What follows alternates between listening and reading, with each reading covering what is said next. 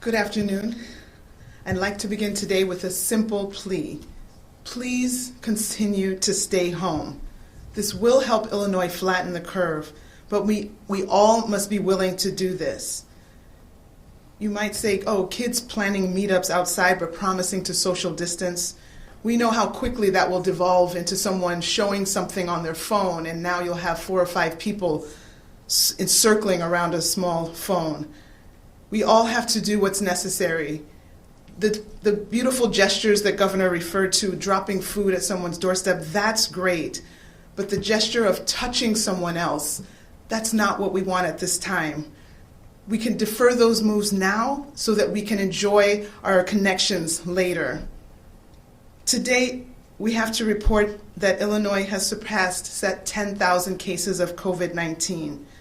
The number is sobering and reminds us that it's critical that we all do our part. The more cases means the more hospitalizations. The more hospitalizations means more deaths.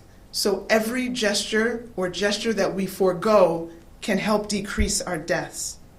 We added 1,453 new cases and unfortunately 33 new deaths.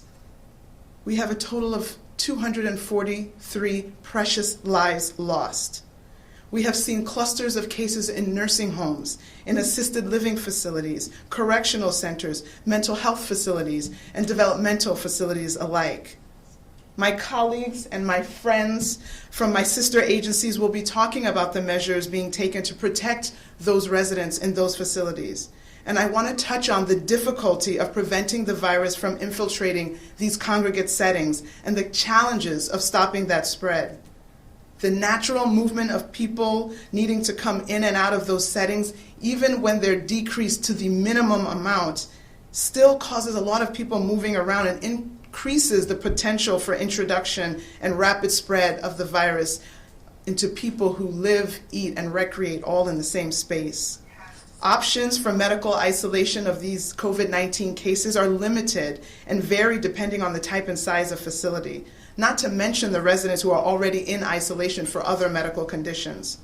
Ideally, people who are positive should be isolated individually, and close contacts should be quarantined individually. However, that can't always be possible given the constraints of space and rooms. We are focused on helping these facilities and protecting the health and safety of their residents.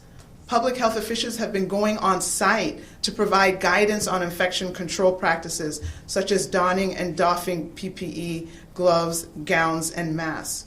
We've also tried to do most of our advice from phone just to minimize additional exposures. We are working with medical staff and physicians who work in these settings on isolation and quarantine guidance and healthcare triage. Although you may not think so, everyone has a role to play and everyone can help. By staying home, you reduce the amount of virus spreading in the community. That reduces the chance of someone being infected. And that person may then go into a facility and have the unforeseen consequence of infecting a very vulnerable population. So let's all do what we can to prevent that possibility. Stay home, and let's be all in for Illinois and do our part to end this pandemic.